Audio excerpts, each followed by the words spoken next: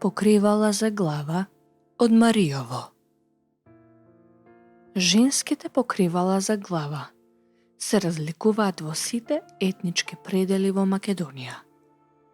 Покривалата од Мариовскиот крај се навистина интересни и специфични и најчесто се носат неколку покривни елементи, еден врз друг.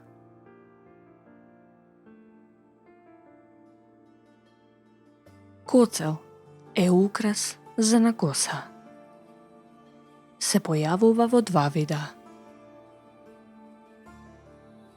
Коцле во горниот дел со приле, сплетено од природна коса и црвена волнена преѓа, а во долниот дел кишчер со резки. И голем коцел, специјален невестински украс од црна волнена преѓа, составен од деловите леса и сплетена од плетенчиња, јаже со два топа и долу ќушки со главки.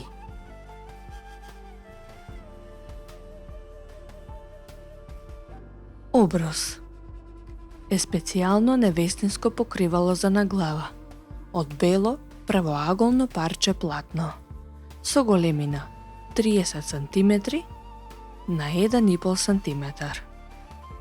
На двата краја е украсено со ткаен шар на црвена основа и црвени реси со должина до 50 см. Наоколу по рабовите извезен со веѓи. На главата се поставувал на следниот начин. Едниот крај, заедно со ресите, се свиткува околу главата како чалма или во вид на венец, а другиот крај, пуштен преку грбот, се закачувал за десната страна од појасот. Како обележје на омажена жена, се носи до крајот на животот.